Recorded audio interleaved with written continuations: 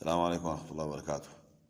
دايرين نتذاكر قليلا في آية عظيمة جدا في سورة النساء اللي هي الآية 18 من سورة النساء. قال تعالى: وليست التوبة للذين يعملون السيئات حتى إذا حضر أحدهم الموت قال إني تبت الآن ولا الذين يموتون وهم كفار أولئك أعتدنا لهم عذابا أليما. ليست التوبة على الذين يعملون السيئات حتى إذا حضر أحدهم الموت قال إني تبت الآن. الآية تتكلم عن التوبة، ما أدراك ما التوبة. وضحت الآية أنه بعد الموت ما في توبة، بعد ما تصل الروح إلى الحلقوم ويغرغر الإنسان ما في توبة تاني، بعد ما يموت الإنسان ما في توبة، بعد ما يحمل على الأكتاف ما في توبة، بعد ما يدخل القبر ما في توبة، يوم القيامة ما في توبة.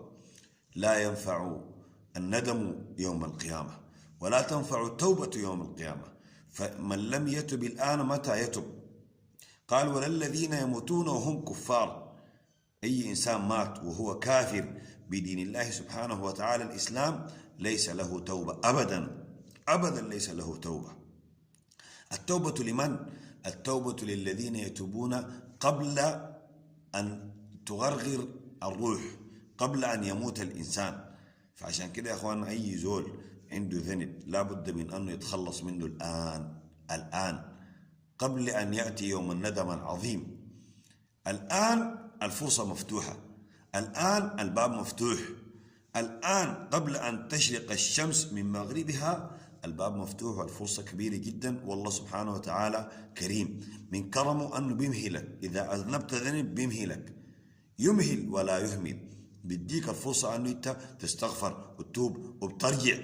بعدين الملائكة اللي هنا شغالين بيكتبوا، ملائكة شغالين بيكتبوا، الملك اللي بيكتب السيئات بيديك الفرصة أنه أنت يمكن تستغفر، يمكن تتوب. فدي فرصة عظيمة الإنسان ما يفوتها يا أخواننا. يا أخواننا، كل إنسان له ذنوب، كل إنسان له معاصي، كل إنسان خطاء. أنت لو ما بتخطأ كان جابوك نبي، لو ما بتخطأ كان جابوك ملك، لكن خير الخطائين منه اللي بيرجعوا اللي بيتوبوا. لذلك يا أخواننا، أي إنسان بيقع في الخطأ، بيقع في الذنب، يسرع سريع سريع يتذكر طوالي شنو الاستغفار، التوبة، يتوضأ، يصلي له ركعتين، يبكي، يسجد، يدعو الله عز وجل أنه يغفر له، أنه يقبل توبته. نسأل الله أن يتوب علينا وعليكم أجمعين. بارك الله فيكم والسلام عليكم.